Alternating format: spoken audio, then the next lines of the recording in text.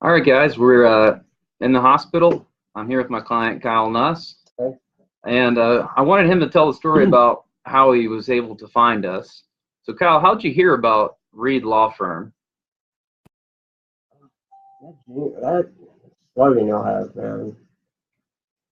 Turn your wreck into a check. Yeah, we got a lot of pushback from that old state bar about that, but it seems like that's one of those clear and confident ones. Yeah, but I mean, it I mean, gets to the point. you can tap your foot to it, be like, And that whole, it's like they call us ambulance chasers, but we get there before the ambulance, just for the record. So. yeah, But anyway, enough joking aside. How actually, I do want people to know how actually did you hear about us? Because I think it's kind of a cool story of like Providence. So, oh yeah.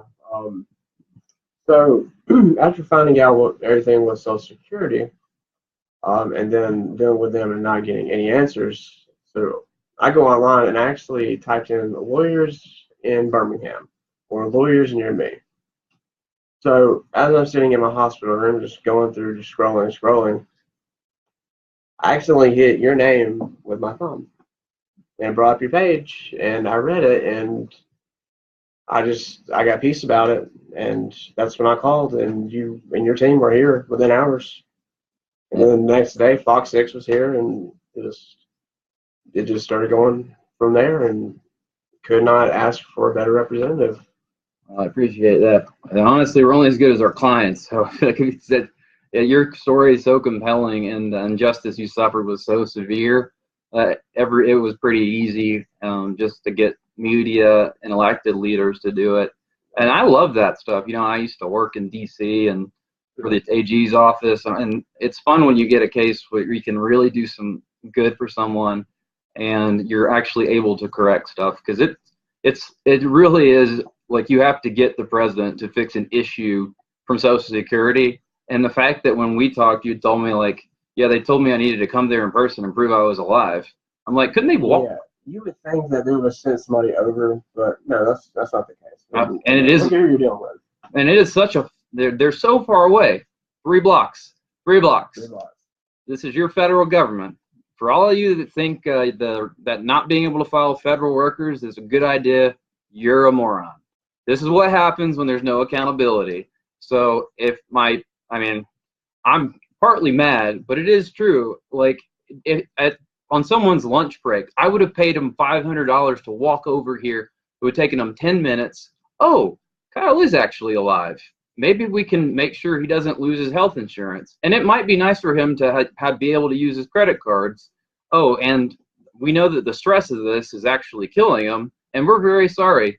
But you sent them everything you could. You were nice about it, and Yeah. they were jerks. Well, listen, guys. Luckily, he found me, and we're going to be able to find some people accountable.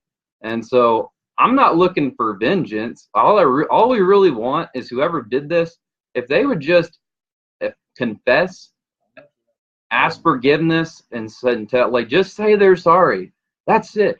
We're not going to try to if anyone that is willing to own up, take personal responsibility, and do the right thing, we're going to be nothing but kind and gracious and forgiving. But those of you who did this to him, who are sitting there arrogantly thinking you're not going to be accountable, justice is going to come, and I will make sure that those of you who did it, who were cruel to him, who treated him like garbage, I'm going to make sure your names are public. People are going to know what you did, and if that cost you your job, praise the Lord. I'm more than happy to get rid of evil people. But all you guys have to do is just say you're sorry. I did wrong, and that's it. I'm not going to do anything to that, but you can't treat a disabled veteran fighting for his life whose dad died 3 weeks ago and tell him things like, oh, that's your problem. Oh, it's not our policy to walk 3 blocks. All right. And then after we got all that pressure, they finally did start calling. Well, the PR person called, Yeah, not the actor. yeah. Of course, they knew what to say, but nah. But it's like, even with all this pressure, like some person's going to wake up tomorrow, go into the Social Security office, and I guarantee that same person who screwed this thing up, they're doing this to other veterans. In fact, I have 3 other veterans who said I could use their names and stories, and it is unbelievable. So we want to get this thing fixed, but just so you know, guys, this is what happens when there's no accountability in government. And so for any politician that ever says that we need to protect federal workers and we need to have a process as far as firing them, no, we don't. We need to be able to fire the people that put veterans like Kyle, whose life at risk. I'm sorry, if you do this multiple times and there's no consequence, you need to go. I don't care about your rights to not get fired. I get fired from every client. I'm an attorney. Everybody else in the free market can get fired. But for some reason, when Social Security screws up this badly, we can't get rid of that person. That's something we need to change. Anyone that wants to make an argument for, oh, we got to make some incentives so they'll keep those jobs. They get paid a lot more than the people in private business. They make about 2 or 3 times more, and they can never get fired. You get unbelievable benefits, and I'm all for that. That's great. You can get all the benefits, pay. That's perfectly fine. But there has to be accountability, and we aren't stopping until we get accountability. And so for all of y'all watching, if you want to call the Birmingham Division of Social Security, please do. Please call them. Please ask them why this happened. And if you're a disabled veteran who's gone through this, you call me, and I'll take care of it. If you don't have any money or whatever, we'll figure out a way. I'll do it for free because we're not going to let this stuff happen. So you guys keep the pressure on, and we'd all encourage you to go to #SavingPrivateKyle, and please donate to the GoFundMe page. That will make a huge difference. And let's keep the pressure going, guys. There's no reason why this should be acceptable. And if enough of you are willing to call in, tell your story, go down. If y'all want to go down to the office and tell them it's wrong, I mean, don't break the law and be respectful. But I mean, it just has to stop. And 40 veterans a day this happens to in the United States. 40 veterans a day. And you know how many people at Social Security who've made these mistakes over and over have been fired?